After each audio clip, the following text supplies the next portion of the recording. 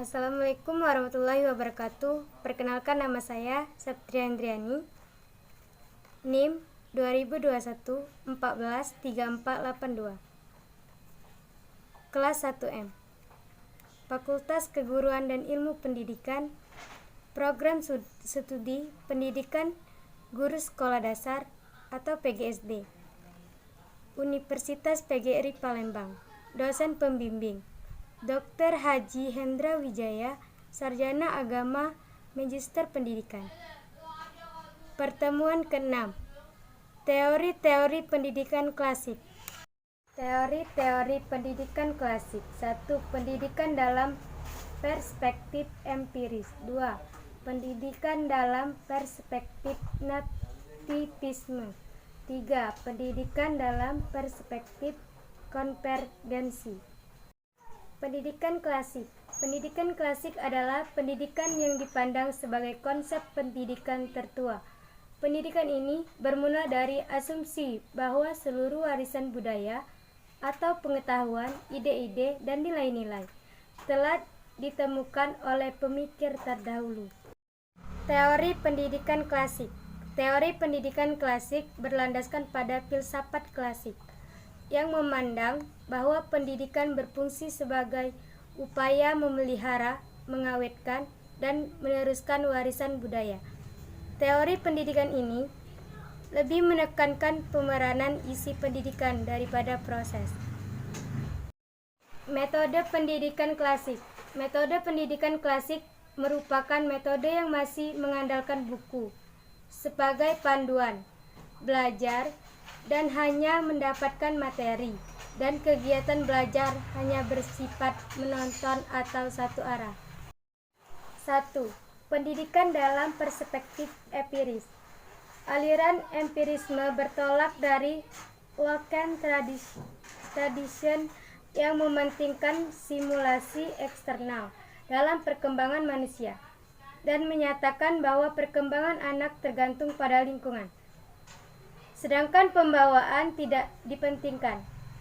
Pengalaman yang diperoleh anak dalam kehidupan sehari-hari dapat dari dunia sekitar yang berupa simulasi-simulasi. Simulasi ini berasal dari alam bebas ataupun buatan oleh seseorang yang berasal dari Inggris bernama John Locke tahun 1704 sampai 1932, yang mengembangkan teori tabula rasa, yakni anak lahir kedua bagaikan kertas putih yang bersih. Aliran empirisme dilihat di sebelah karena hanya mementingkan pengalaman yang diperoleh dari lingkungan, sedangkan kemampuan dasar yang dibawa anak sejak lahir dianggap. 2. Pendidikan dalam perspektif nativisme. Aliran nativisme bertolak dari Lebenschaft tradition yang merupakan kemampuan dalam diri anak, sehingga faktor lingkungan, termasuk faktor pendidikan, yang kurang berpengaruh terhadap perkembangan anak. Hasil perkembangan tersebut ditentukan sejak pembawaan yang telah diperoleh sejak lahir. Pada hakikatnya, aliran nativisme bersumber dari tradisi Libersin yang merupakan kemampuan dalam diri seseorang anak. Karena itu faktor lingkungan. Pendidikan tidak berpengaruh terhadap perkembangan anak. Hasil perkembangan ditentukan oleh pembawaan sejak lahir dan genetik dari kedua orang tua. Seseorang dari Jerman pada tahun 1788 sampai 1860 berpendapat bahwa bayi itu lahir sudah lengkap dengan pembawaan baik atau buruk. Berdasarkan pandangan ini, maka keberhasilan pendidikan ditentukan oleh anak itu sendiri. Perkembangan individu ditentukan oleh faktor bawaan sejak lahir. Faktor lingkungan kurang berpengaruh terhadap pendidikan dan perkembangan anak. Oleh karena itu, Hasil pendidikan belajar ditentukan oleh individu itu sendiri. Ditentukan bahwa yang jahat menjadi jahat dan yang baik menjadi baik. Artinya, jika Anda memiliki bakat jahat dari lahir, ia akan memiliki sifat yang jahat. Dan sebaliknya, jika Anda memiliki bakat yang baik, ia akan menjadi baik. Pendidikan anak yang tidak sesuai dengan bakat yang dibawa tidak akan berguna bagi perkembangan anak itu sendiri. Istilah nativisme dari asal kata natie yang artinya adalah kelahiran. Bagi nativisme, lingkungan sekitar tidak ada artinya, karena lingkungan tidak akan berperan. 3. Pendidikan dalam perspektif konvergensi. Perintis aliran ini adalah William Strauss. Pada tahun 1871 sampai 1939, seorang ahli pendidikan bangsa Jerman berpendapat bahwa seseorang anak dilahirkan di dunia ini disertai dengan pembawaan baik dan buruk.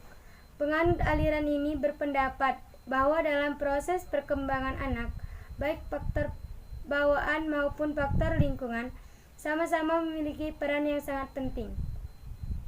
Bakat yang dibawa pada waktu anak tidak akan berkembang dengan baik tanpa adanya dukungan lingkungan yang baik, serta dengan perkembangan bakat itu. Sebaliknya, lingkungan yang baik tidak dapat menghasilkan perkembangan anak yang optimal jika memang pada diri anak tidak dapat bakat yang diperlukan untuk mengembangkan itu. Sebagai contoh, hakikat kemampuan anak berbahasa dengan kata-kata adalah juga hasil dari konvergensi. Oleh karena itu, teori Wilhelm Strauss disebut teori konvergensi. Konvergensi artinya memusatkan ke satu titik. Jadi menurut teori konvergensi adalah 1. Pendidikan mungkin dilaksanakan. 2. Pendidikan diartikan sebagai pertolongan yang diberikan kepada lingkungan anak didik untuk mengembangkan potensi yang baik dan mencegah berkembangnya potensi yang kurang baik. 3. Membatasi pendidikan adalah pembawaan dan lingkungan. Aliran konvergensi pada umumnya diterima secara luas sebagai pandangan yang dapat dalam memahami tumbuh kembang manusia. Meskipun demikian, terdapat variasi mengenai faktor-faktor yang mana paling penting dalam menentukan tumbuh kembang itu. Demikian materi yang saya sampaikan dari teori-teori pendidikan klasik. Apabila ada salah kata atau ucapan, saya mohon maaf. Saya akhiri dengan wabillahi taufiq wal hidayah. Wassalamualaikum warahmatullahi wabarakatuh.